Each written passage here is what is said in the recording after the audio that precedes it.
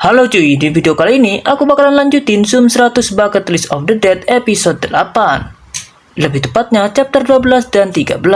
Oke, langsung aja kita bahas.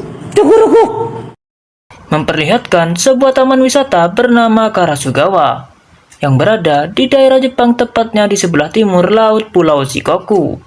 Di sana tampak Akira bertanya kepada Kencho dan Shizuka mengenai apa sebenarnya kesadaran penuh itu.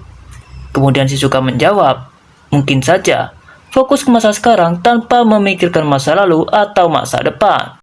Akira pun membenarkan perkataan Shizuka dan dia juga berharap bisa mencapai kondisi seperti itu. Sembari melakukan yoga, Kencho berpendapat kalau sejujurnya Akira sudah mencapai semua itu. Setelah melakukan yoga, Akira merasa senang karena daftar keinginannya sudah semakin sedikit. Kemudian ekspresi wajahnya pun menjadi tegang setelah mengetahui bahwa daftar keinginannya akan selesai dalam waktu 1 bulan. Hal itu membuat Shizuka mengatakan, apakah kau ingin sekali dimakan oleh zombie saat daftarnya sudah selesai? Kencho yang sedang mengendarai sepeda motor pun bertanya kepada Shizuka, apa yang ingin kau lakukan? Mengingat Shizuka yang terus saja kaku mengikuti prosedur dan ini dan itu. Mendengar pertanyaan Kencho membuat Shizuka teringat akan perkataan ayahnya dan memutuskan untuk menulis beberapa keinginan. Kemudian Shizuka bertanya, berapa lama lagi mereka akan sampai ke kampung halaman Akira, yaitu Gunma? Akira mengatakan, kemungkinan sekitar 1 jam lagi. Shizuka yang tidak yakin mengatakan, ya, kalau tidak ada masalah. Ingat, sudah berapa hari kita untuk sampai ke sini dari Tokyo? Akira tampak menjawab dengan tidak serius. Tak lama kemudian, mereka dibuat tidak percaya dengan pemandangan yang ada di depannya. Segerombolan zombie terlihat sedang mengelilingi sebuah mobil truk yang mengalami kerusakan ban. Di dalam truk tersebut terdapat seseorang yang belum menjadi zombie. Melihat kejadian itu, Kencho pun mengerti apa yang ada di pikiran Akira dan berkata, aku merasakan bahaya mendekat. Ya, benar saja, Akira langsung bergegas memakai pakaian hiunya dan menyelamatkan orang itu. Shizuka pun terkejut dengan keputusan Akira, namun Shizuka tidak melarangnya dan berkata, lakukan saja yang kau suka. Di sini, Shizuka sudah nampak sadar kalau hidup tidak terkekang itu mengasihkan. Kemudian Akira keluar dengan gaya anehnya, bak pahlawan super, sembari berteriak kepada zombie-zombie itu. Aku tidak akan membiarkanmu bertingkah seenaknya lagi. Diikuti oleh Kencho dan juga Shizuka. Akibat teriakan itu, zombie-zombie pun terpancing ke arah mereka bertiga. Ketika orang yang berada di mobil truk itu keluar, Akira terlihat kebingungan dengan baju yang dia gunakan. Layaknya samurai kuno, orang itu tampak sangat mudah menghabisi zombie-zombie tersebut, yang membuat mereka takjub dengan gerakan indahnya. Kemudian, samurai itu membuka helmnya dan menghampiri mereka bertiga untuk berterima kasih karena telah menolongnya. Samurai itu bernama Beatrix. Dia berasal dari negara Jerman. Alangkah terkejutnya mereka bertiga setelah mengetahui samurai itu adalah seorang wanita. Kemudian setelah keadaan menjadi tenang, Akira bertanya kepada Beatrix, apakah tujuannya jauh-jauh dari Jerman hanya karena suka dengan Jepang? Beatrix pun membenarkan perkataan Akira bahwa dia suka dengan budaya Jepang, seperti wisata, upacara minum teh, dan merangkai bunga. Kencho berpikir, daripada merangkai bunga, dia lebih mirip seorang pendekar pedang. Lalu Akira membuka box freezer yang Beatrix bawa. Di dalamnya terdapat ikan-ikan segar. Beatrix menjelaskan kalau sebelumnya dia bekerja untuk seseorang dan harus mengantarkan ikan-ikan segar itu apapun yang terjadi. Namun semua itu tidak mungkin, mengingat keadaan ban mobilnya yang rusak. Beatrix pun memohon kepada Akira untuk menolongnya membawa ikan-ikan itu ke kota Takasaki. Kencho bertanya pendapat Shizuka. Shizuka pun tampak ragu untuk pergi ke Takasaki. Kemudian Kencho berbisik kepada Shizuka, kalau wanita ini membawa makanan kepada korban selamat, maka akan sangat membantu. Shizuka pun menyuruh Kencho untuk memikirkan resikonya juga. Di antara perdebatan mereka berdua, Akira bertanya kepada Beatrix, apa yang akan dia lakukan dengan ikan-ikan itu. Beatrix pun kembali menjelaskan bahwa dirinya suka budaya Jepang dari televisi waktu masih muda. Dia pernah bersumpah untuk berkunjung ke Jepang. Bahkan, dia bekerja paruh waktu untuk mengumpulkan uang agar bisa membeli tiket pesawat. Namun saat sampai di Bandara Narita, pandemik itu dimulai. Keindahan yang Patrick impi-impikan sudah sirna. Namun dia tidak menyerah begitu saja. Dia mencari informasi dan akhirnya menemukan sesuatu di Gunma. Ternyata, dia menemukan koki sushi terakhir yang masih hidup di Gunma. Koki tersebut mengatakan, selama Patrick membawakannya ikan segar, maka dia akan membuatkannya sushi yang enak. Shizuka dan Kencho melongo setelah mengerti alasan Patrick, yang sebenarnya hanya ingin memakan sushi. Bahkan Kencho dan Shizuka tak habis pikir, Patrick rela mengorbankan nyawanya hanya demi sushi. Akira mengerti perasaan dan kecintaan Patrick kepada budaya Jepang. Akhirnya, dia memutuskan untuk membantu Patrick membawa ikan-ikan itu ke restoran, meski nyawa menjadi taruhannya. Mendengar keputusan Akira, Kencho dan Shizuka cuma bisa pasrah. Ya, walaupun mereka tahu sebenarnya itu hanya alasan Akira supaya dia juga bisa makan sushi. Sebab makan sushi merupakan salah satu daftar yang Akira tulis. Singkat cerita, mereka pun sampai di Takasaki Gunma, tepatnya di gang menuju restoran sushi. Kemudian Patrick mengatakan kalau restorannya ada di gang itu. Akira merasa senang karena restoran yang Patrick maksud adalah restoran tua terkenal. Kemudian Patrick mengatakan bahwa dirinya terakhir kali berkomunikasi dengan koki itu 3 hari sebelumnya. Dia berharap koki itu baik-baik saja. Namun masalah kembali muncul. Terlihat, zombie yang haus darah menghalangi jalan mereka menuju ke restoran itu. Mustahil bagi mereka untuk melewati. Di saat Patrick putus asa, Akira mengatakan, rasa cemas hanyalah alasan untuk tidak bertindak. Ini bukan soal bisa atau tidak bisa. Ini soal kita ingin atau tidak. Ya, ekspresi Kencho dan Shizuka tetap sama. Kecuali Patrick yang terharu dan teringat masa kecilnya saat dia menonton televisi. Disitulah dia kagum terhadap Jepang, wisata, budaya, tradisi, dan makanannya. Mengingat hal itu, Patrick pun berjanji, maafkan aku karena menunjukkan sisi lemahku. Aku berjanji tidak akan kehilangan tujuanku lagi. Kemudian Akira memberi jempol ala-ala Hokage ke-7. Kencho mengatakan, meskipun kalian bersemangat, apakah kalian sudah punya rencana? Ya, kalian pasti tahulah jawaban Akira. Kemudian Shizuka terpikir sesuatu. Setelah melihat pom bensin di dekatnya, dia pun mulai menyusun rencana. Kencho yang ada di samping Shizuka merasakan firasat buruk. Ya, benar saja, Kencho kembali menjadi tumbal untuk menarik perhatian para zombie itu. Kasian banget Kencho ini cuy. Lanjut, Kencho pun berlari sekuat tenaga tanpa mengenakan busana, menuju ke arah Akira dan Patrick yang sudah bersiap menahan para zombie itu. Begitu juga dengan Shizuka yang sudah siap dengan rencananya. Kencho yang terengah-engah bertanya kepada Shizuka, apakah sudah siap?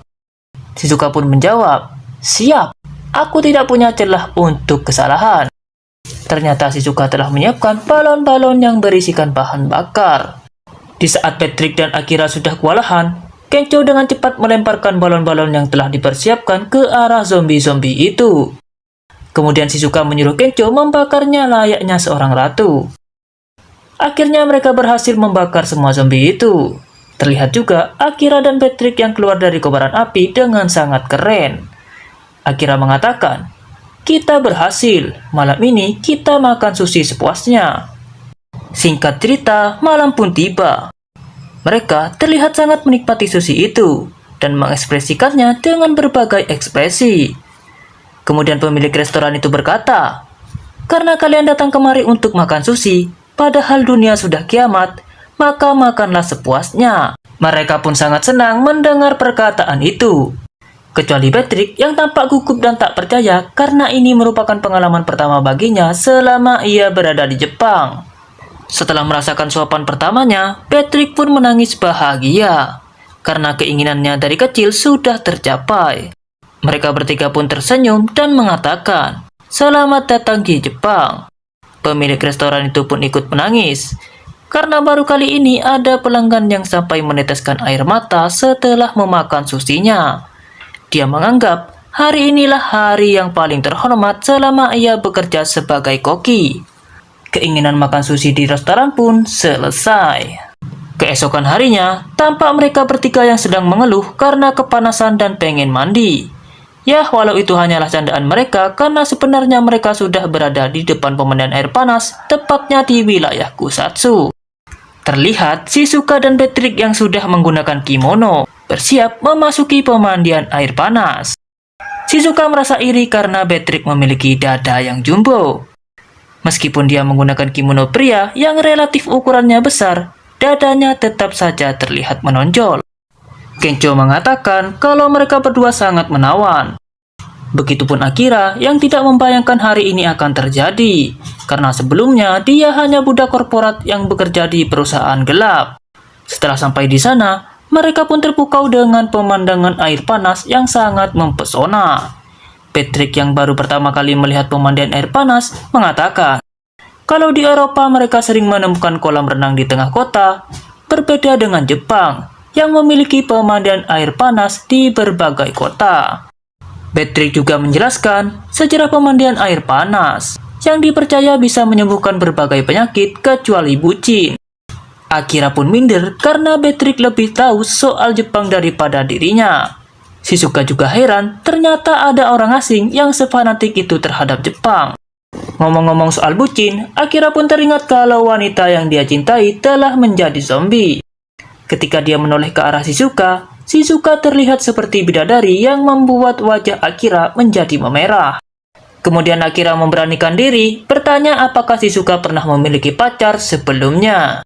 Shizuka pun menjawab, tidak. Karena menurutnya berpacaran hanya akan membuang-buang waktu. Maka dari itu, dia lebih memilih belajar dan mengasah skillnya. Jadi dia tidak tahu sama sekali soal pasangan. Tapi menurut Akira, memiliki pasangan akan membuat hari-harinya menjadi lebih menyenangkan. Tapi mungkin, dia harus berjuang lebih keras untuk mendapatkan semua itu. Meskipun saat ini, dirinya belum pernah mempunyai pacar. Shizuka pun menjawab, dasar bego. Shizuka tidak membenarkan perkataan Akira. Karena baginya, cinta yang bertepuk sebelah tangan hanya akan memperburuk keadaan dan mencemari lingkungan. Kemudian, Kencho menyadari kalau semua penginapan telah dipenuhi oleh zombie dan sangat sulit bagi mereka untuk bisa bersantai di pemandian air panas itu. Saat mereka kecewa, Patrick tidak sengaja melihat asap dari luar kota.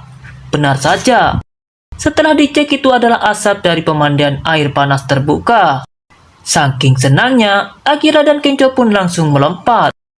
Begitu juga Shizuka yang kegirangan karena akhirnya dia akan membasuh keringatnya.